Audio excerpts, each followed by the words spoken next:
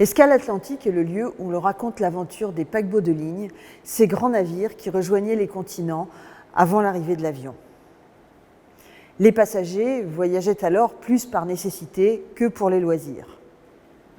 Nous évoquons ici les paquebots construits à Saint-Nazaire, parmi lesquels certains sont particulièrement restés dans les mémoires, comme Normandie, mis en service en 1935, ou France, en 1962.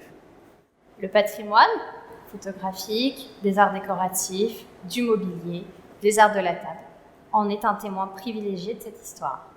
Aussi, dès 1992, l'Écomusée pour la ville de Saint-Nazaire réunit une collection publique, aujourd'hui exceptionnelle, reconnue par l'État au titre des musées de France. Par exemple, cette affiche publicitaire de la Compagnie Générale Transatlantique du peintre Roger Chaplet, ou cette chaise longue de pont, communément appelée Transat. En 2005, le Musée des Arts Décoratifs de Paris dépose 834 pièces du paquebot Normandie, dont ce siège chauffeuse du décorateur Jean-Maurice Rothschild, qui provient du grand salon première classe du paquebot. D'année en année, les collections s'enrichissent. Elles concernent des paquebots construits à Saint-Nazaire de la fin du XIXe siècle jusqu'aux années 1960, avec France, le dernier grand transatlantique français. Ici, un élément du décor du salon de musique première classe, le salon de musique Debussy, un ensemble sur le thème de la musique.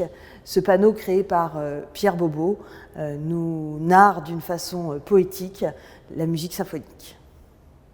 En 2015, l'Écomusée a fait l'acquisition d'un ensemble d'éléments de paquebot, dont ce fauteuil de la salle à manger des enfants première classe du paquebot Île-de-France 1949 du décorateur Maxime Hold. Si aujourd'hui ces ambassadeurs de l'art de vivre et du savoir-faire français ont disparu, la vocation d'un lieu tel qu'Escale Atlantique est de conserver et de présenter les pièces de cette histoire. Oui, une histoire humaine, technique, artistique, culturelle et toujours incroyable.